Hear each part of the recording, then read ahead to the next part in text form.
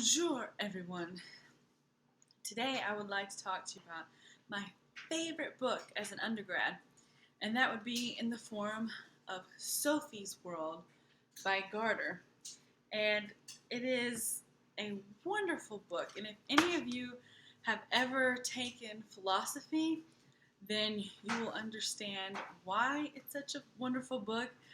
Um, Basically, this is 500 pages of wonderful education through the beauty of storytelling. You have Sophie, who the story revolves around, and this wonderful older gentleman who teaches her philosophy, not just his philosophy or the philosophy of where they are living, but the philosophy of the great philosophers. It is a novel about the history of philosophy.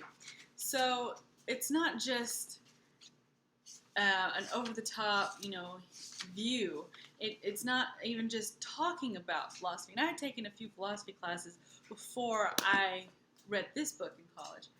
And the thing about this book is it's perfect for someone who may have a hard time understanding the different philosophers, because the different philosophers since forever is quite vast in what their ideals are and why their ideals are a certain way, and how they believe that affects people and nature and your environment. There's so many videos that can be made, not only from this book but from every philosopher. And back years ago on this channel, I covered some big philosophy debates back when I was taking philosophy in college.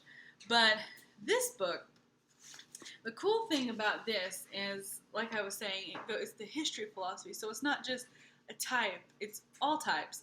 And the way that it teaches is he's telling her this, but they live it. It's like living examples in the story, which helps her understand the story.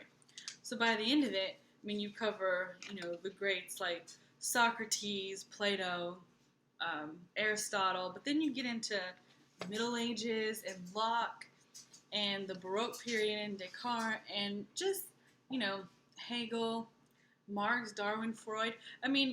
So many, so many. I encourage you to read it if you have any type of interest in philosophy or any of those people, or if you really like a good story. Because I will say one thing, the reason why it is my favorite story of all time is because not only is it insanely educational and it really helps put all these different philosophies into perspective, into a real live working perspective, but by the end of it, I was questioning my own reality. And it's like when you watch a movie and by the end of the movie, you question everything. One of the most popular examples of this is The Matrix. When The Matrix came out, and how this story was, like, people thought to themselves, what if that's true? What if we are these pods of energy and, the machines are taking over and we don't know? What if all this is fake? What if it's not, real? Which is, again, another type of a philosophy in itself. But it's really interesting to think, when you really think about it and you're reading something, because so many people, even proudly so, admit that they don't read. And I don't think that's ever anything to be proud of. But I think that for someone to be able to read something and for it to make you question everything, this book does it. By the end of the book, I did not know anything. I questioned literally everything, including my own existence. It's like, is this real? This book, and you don't expect it, because the girl in the story, she's like, I think, a middle school age.